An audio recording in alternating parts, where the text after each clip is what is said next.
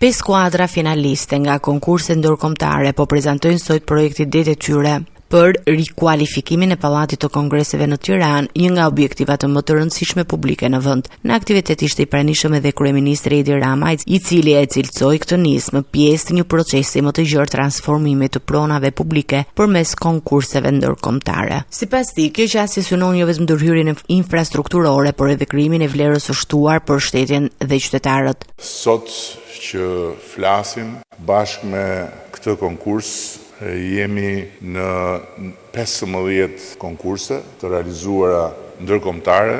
Kemi 3 konkurse që janë duke u përgatitur.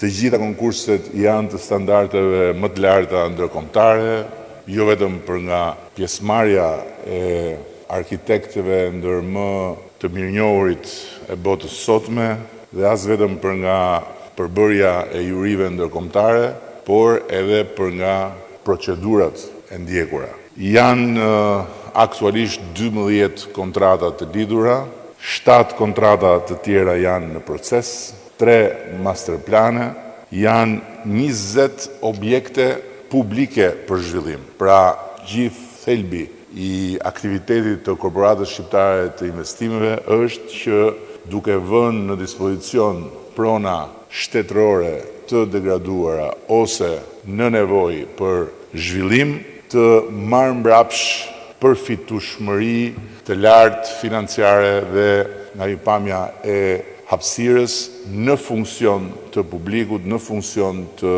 nevojave të institucioneve publike. Duke u ndalur te Pallati i Kongreseve, kryeministri pranoi nevojën për ndërhyrje të thellë në strukturën dhe funksionalitet. Ndërtesa ka probleme serioze për të adresuar, është koha vërtet për një transformim duke ruajtur identitetin e saj dhe natyrisht thirrja në bashkëpunim e sipërmarrjes në kupton dhe zhvillimin e një objekti apo një tërësi objekte që do ta shohim nga propozimet pranë Pallatit të Kongreseve. Dhe qëllimi përfundimtar është që ky pallat të vijë në kohë nga pikpamja e teknologjisë, nga pikpamja e cilësisë së hapësirave, nga pikpamja e gjithë strukturës së riorganizuar dhe të riangazhuar cilësisht, por edhe që ky pallat dhe kjo zonë të bëhet një destinacion tjetër i Tiranës,